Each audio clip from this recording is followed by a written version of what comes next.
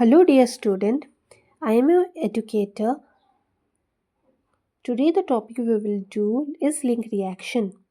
The topic link reaction is important for both your CSIR and GATE as well. तो ये topic CSIR and gate दोनों के लिए important है क्योंकि इसमें से बहुत सारे क्वेश्चंस आते हैं गेट में mainly. Okay, so what is link reaction? Link reaction का मतलब है एक ऐसा reaction that connects glycolysis with the Krebs cycle और TCA cycle. Okay, now what is the meaning of glycolysis? Glycolysis के बारे में आप सभी को पता है. सॉरी, स्पेलिंग मिस्टेक है. Glucose is converted to pyruvate. इसी का मतलब होता है ग्लाइकोलाइसिस, मतलब ग्लूकोज का ब्रेकडाउन पायरूवेट में. नाउ पायरूवेट जब ये क्रेब्स साइकिल में जाएगा, क्या ये क्रेब्स साइकिल में डायरेक्ट जाता है? नहीं ना. ये पहले एसिटाइल कोएंजाइम ए में कन्वर्ट होता है, फिर ये क्रेब्स साइकिल में जाता है. तो आज हम लोग पढ़ने वाले हैं ये पायरूवेट कैसे एसिटाइल कोएंजाइम ए में कन्वर्ट होता है. ठीक है. So, what is link reaction? Link reaction is a reaction which connects glycolysis with the TCA cycle or the Krebs cycle. ठीक है. Okay. Now इसमें क्या होता है? Pyruvate is converted to acetyl coenzyme A. Okay. ठीक है. और link reaction का एसिटाइल कोएंजाइम में ना 2 कार्बन कंपाउंड है जो कि क्रेब्स साइकिल में जाएगा. ठीक है. और एक बात याद रखना कि ये लिंक रिएक्शन का दूसरा नाम क्या है और ये कहाँ पे होता है. ये लिंक रिएक्शन प्रोकैरियोटिक में साइटोसोल में होता है और यूकैरियोटिक में होता है ये माइटोकॉन्ड्रियल मैट्रिक्स में. याद रखो गाइस, ये गेट में आता है, ये PYQ में था कि लिंक रिएक्शन का दूसरा नाम क्या है, ऑक्सीडेटिव फॉस्फोराइलेशन, जो कि यूकैरियोटिक में कहाँ पे होता है, माइटोकॉन्ड्रियल मैट्रिक्स में. आप सभी को पता है कि ग्लाइकोलाइसिस कहाँ पे होता है, बताओ. ग्लाइकोलाइसिस होता है साइटोसोल में in case of both prokaryotic and eukaryotic. Okay, but link reaction eukaryotic में कहाँ पे होता है, माइटोकॉन्ड्रियल मैट्रिक्स. ठीक है. इसमें ओवरऑल रिएक्शन क्या होता है, this pyruvate is converted to acetyl coenzyme A. ठीक है. ठीक है.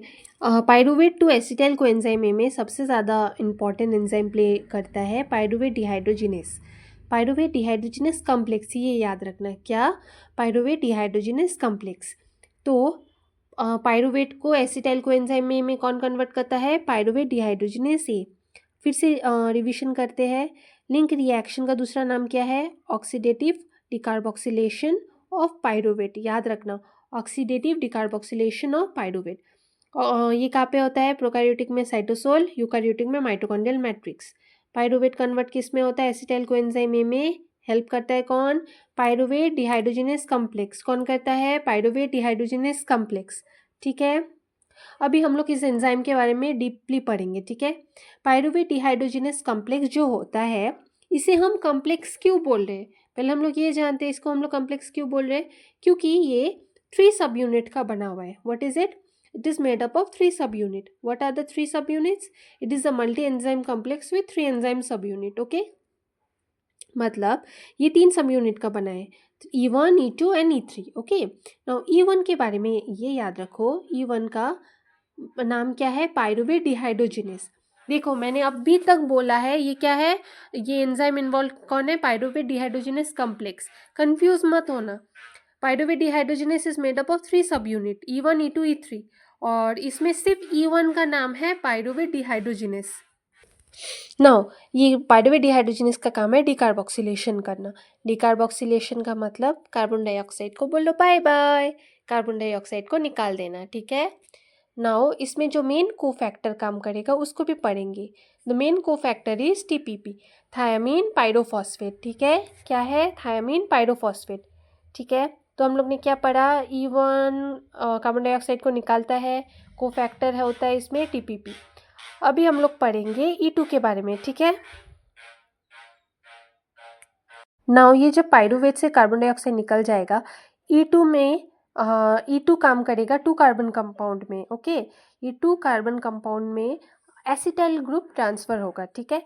एसिटाइल ग्रुप ट्रांसफ़र होगा. तो देखो E2 एसिटाइल ग्रुप का ट्रांसफ़र कर रहा है तो इसका नाम क्या होगा, ट्रांस एसिटाइलेज. एसिटाइल ग्रुप को ट्रांसफ़र कौन करेगा, ट्रांस एसिटाइलेज जिसमें कोफैक्टर कौन काम करेगा, lipoic acid and coenzyme A. ठीक है, ठीक है। अभी E3 का नाम क्या है, डाइहाइड्रोलिपोइल डिहाइड्रोजिनेज, ठीक है, जो कि बनाता है NADH। ठीक है, इसमें जो कोफैक्टर्स काम करते हैं उसका नाम है FAD एंड NAD+। ठीक है, इसको शॉर्टकट में याद रखो DAN बोल के। ठीक है, डी से याद रखना डीकार्बोक्सिलेशन। डीकार्बोक्सिलेशन मतलब कार्बन डाइऑक्साइड को हटाना। रुको, डीकार्बोक्सिलेशन। ठीक है, एन का नाम है NADH को, ओ सॉरी डी लिखना भूल गई। एन से है NADH का फॉर्मेशन करना, ए से है एसिटाइल ग्रुप का ट्रांसफ़र करना। ठीक है, ये चार्ट का ना नाम और ये कोफैक्टर याद रखो, आपको 1 मार्क्स दे के जाएगा ये। ठीक है,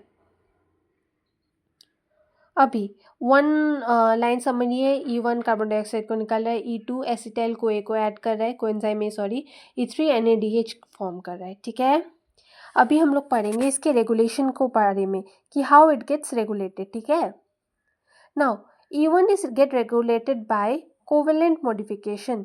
E1, E2 and E3 regulate कैसे होता है?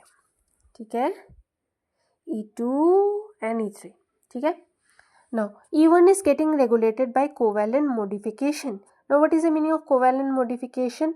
इसका मतलब है this will go under a strong modification. ठीक है, लाइक किसी एक ग्रुप का ऐड होना। ठीक है, now E2 में जाएगा non covalent modification, means it will be a weak modification. ठीक है, now ये E2 का positive regulator and negative regulator कौन है ये समझते हैं। ठीक है, इसको जानने के लिए आप इतना याद रखो कि कोई भी रिएक्शन में हम लोग को एंड प्रोडक्ट देखना पड़ेगा। हम लोग का लिंक रिएक्शन का स्पेसिफिकली एंड प्रोडक्ट था एसिटाइल कोएंजाइम में। ठीक है, लिंक रिएक्शन का एंड प्रोडक्ट था एसिटाइल कोएंजाइम में। तो अगर लिंक रिएक्शन में एसिटाइल कोएंजाइम का अमाउंट बहुत ज़्यादा है तो लिंक रिएक्शन करना बेकार है ना, कि मेरे को तो एंड प्रोडक्ट मेरे सेल में बहुत ज़्यादा ही है, तो इसका नेगेटिव रेगुलेटर बनेगा मेरा एंड प्रोडक्ट एसिटाइल कोएंजाइम में और पॉजिटिव बनेगा कोएंजाइम में, क्योंकि अगर कोएंजाइम में बहुत ज़्यादा है तो बोलेगा ना ये एसिटाइल कोएंजाइम बन जाए। ठीक है, याद रहेगा। ठीक है, अभी सेम गोज़ फॉर E3 में हम लोग का NADH हम लोग का एंड प्रोडक्ट है, तो यही हम लोग का नेगेटिव रेगुलेटर बनेगा। और अगर NAD+ है जो कि NADH में कन्वर्ट होता है, उसको कन्वर्शन के लिए that will be our positive regulator. याद रहेगा, NADH इज एंड प्रोडक्ट, तो यही हम लोग का रेगुलेटर। ठीक है, अभी this is regulated by 2 process, that is allosteric regulation and covalent modification. ठीक है, now what is the meaning of allosteric regulation? इसका मतलब है अभी हम लोग ने जो पढ़ा कि it is mediated bye NADH sorry and acetyl coenzyme A. ठीक है, जैसे हम लोग ने अभी पढ़ा था कि E2 का पॉजिटिव रेगुलेटर कौन है और नेगेटिव रेगुलेटर कौन है। E2 का पॉजिटिव रेगुलेटर कौन था, कोएंजाइम में, तो नेगेटिव कौन है, एसिटाइल कोएंजाइम में, एंड प्रोडक्ट। ठीक है, कोएंजाइम में। ठीक है, पॉजिटिव रेगुलेटर कौन है, कोएंजाइम में। E3 का पॉजिटिव कौन है, नेगेटिव कौन है, आप लोग बोलो।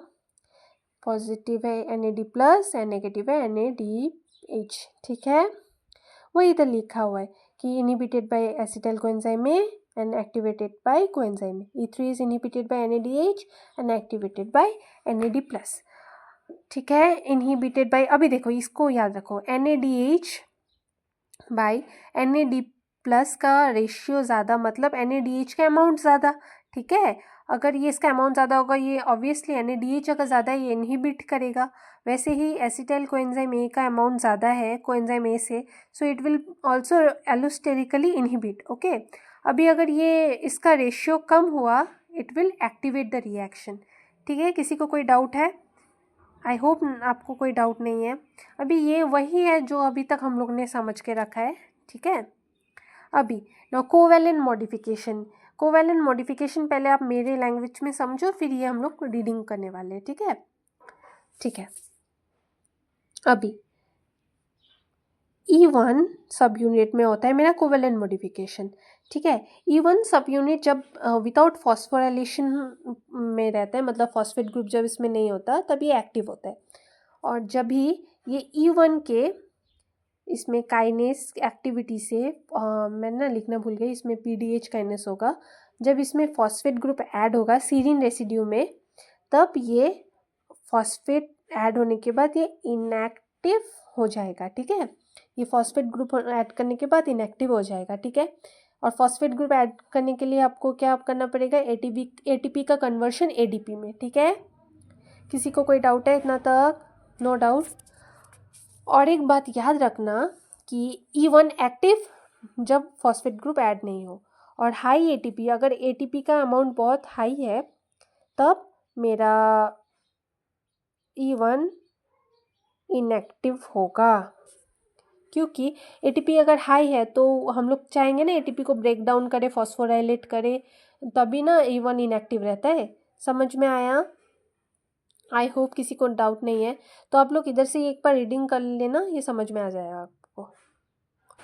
अभी moving to the first question, which one of the following enzyme catalyse the oxidative decarboxylation of pyruvate to acetyl coenzyme A? Pyruvate carboxylase, pyruvate kinase, pyruvate dehydrogenase complex या फिर citrate synthase. Pause the video and give your answer, ठीक है, no cheating. It will be pyruvate dehydrogenase complex, okay. कोई doubt है? Pyruvate dehydrogenase complex, ठीक है। अभी moving to the next question, the pyruvate dehydrogenase complex is located in, ये भी आप प्लीज़ इसको आप पॉज करके पढ़ो और आंसर दो। इट विल बी व्हाट, बोलो? It will B mitochondrial matrix. अभी हम लोग ने पढ़ा था यूकारियोटिक में ये माइटोकॉन्ड्रियल मैट्रिक्स में होता है। 3 number question, which of the following vitamin is not required for the activity of pyruvate dehydrogenase complex? इसका आंसर होगा बायोटिन। देखो ये थायमिन, राइबोफ्लाविन और नियासिन ना, ये कहाँ पे लगता है? ये थायमिन तो टीपीपी आपको पता चली गया, राइबोफ्लाविन और नियासिन ना FAD+ एंड NAD+ में चाहिए होता है, जो कि आप बायोकेमिस्ट्री में पढ़ोगे मेरे साथ। अगर आपको ये बायोकेमिस्ट्री मेरे साथ पढ़ना है तो प्लीज़ आप ज्वाइन करो लर्न विद दीपशिका हमारे चैनल को, एंड ऑल्सो आप ये नंबर पे कॉल कर सकते हो।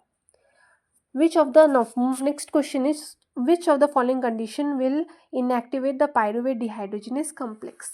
आप बताओ, पॉज करके आप खुद करके बताओ, मैं आंसर बताती हूँ। It will B high ATP concentration, ठीक है। अभी हम लोग ने पढ़ा था जब एटीपी का कंसंट्रेशन हाई होगा तब E1 हम लोग का इनएक्टिव होगा। अगर इनएक्टिव होगा क्योंकि वो फॉस्फोराइलेटेड स्टेट में होगा। इन E1 इनएक्टिव मतलब PDH कॉम्प्लेक्स इनएक्टिव, ठीक है। किसी को कोई doubt?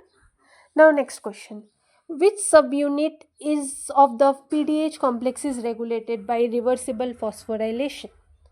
Now the answer will be, बोलो बोलो, रिवर्सिबल फॉस्फोराइलेशन मतलब फॉस्फेट ग्रुप का हट जाना। आपको पता है कि E1 जब अकेला रहता है, फॉस्फेट नहीं होता है, डीफॉस्फोराइलेटेड स्टेट, तब मेरा E1 क्या होता है? एक्टिव होता है, ठीक है। तब इसका आंसर क्या होगा? E1, ठीक है। इसका आंसर होगा E1। और E2 और E3 तो आपको पता है ये एलोस्टेरिक मॉडिफिकेशन जाता है, ठीक है। ये क्या जाता है? एलोस्टेरिक मॉडिफिकेशन, ठीक है। अभी next is what? Next is the PDH kinase is activated by, याद रखो guys, this is kinase. Kinase मतलब जो कि फॉस्फेट ग्रुप को ऐड करे, ठीक है। काइनेज का मतलब क्या है? जो कि फॉस्फेट ग्रुप को ऐड करे। फॉस्फेट ग्रुप को ऐड करने के बाद कौन मतलब वो करेगा, एक्टिव करेगा? ATP and NADH। ATP को कट गया, ATP एक्चुअली होगा, मैंने ये काटा नहीं है, ठीक है। क्यों, ये कैसे होगा मैं आपको समझा रही हूँ, वेट, देखो मैं लिख के समझाती हूँ, वेट। हाँ देखो, E1 जब फॉस्फोराइलेटेड स्टेट में होता है तब ये एक्टिव होता है। फॉस्फोराइलेट कैसे होगा? जब ATP अपना फॉस्फेट ग्रुप ATP को देगा और ATP का एक फॉस्फेट जाके E1 में वो रहेगा, ठीक है। और आपको पता है 1 NADH is gives 2.5 ATP, and the next thing is NADH is a negative regulator of link reaction, क्योंकि ये NADH अगर ज़्यादा हुआ तो मेरे को लिंक रिएक्शन करने का कोई ज़रूरत नहीं है, ठीक है। इसलिए PDH काइनेज को कौन मतलब वो एक्टिवेट करेगा? जब ज़्यादा NADH होगा, जब ज़्यादा ATP होगा, हाँ कि ना? समझ में आया? आई होप आपको ये कॉन्सेप्ट समझ में आ गया होगा। और E1 को फॉस्फोराइलेट कौन करता है? PDH काइनेस, ठीक है, कौन करता है? PDH kinase. Okay, which of the following is a positive allosteric regulator of the PADH complex? बोलो, इसका आंसर तो बहुत इजी है, E2 से रिलेटेड है, मैंने आपको बताया था। E2 को पॉजिटिव रेगुलेट कौन करता है? कोएंजाइम ए, हाँ, जो कि करता है E2 को पॉजिटिवली रेगुलेट, याद आया? Inhibition of PDH activity in thiamine deficiency is primarily due to lack of TPP। अरे ये तो ऑप्शन में ही दिया हुआ है, ठीक है, आंसर मिल गया। Okay, next question. The link reaction is considered irreversible because, irreversible होगा क्योंकि एक बार डिकार्बोक्सिलेशन हो गया, कार्बन डाइऑक्साइड निकल गया, तो उसको जोड़ना बहुत हार्ड होता है। गाइस, तो इतना तक ही था आज का क्लास। अगर आपको क्लास अच्छा लगा, please join learn with Deepshika, जहाँ पे I will make you learn many questions, many topic, ऐसे PYQ भी सॉल्व करेंगे। Me and many other educator will be there with Deepshika ma'am also. Do like, share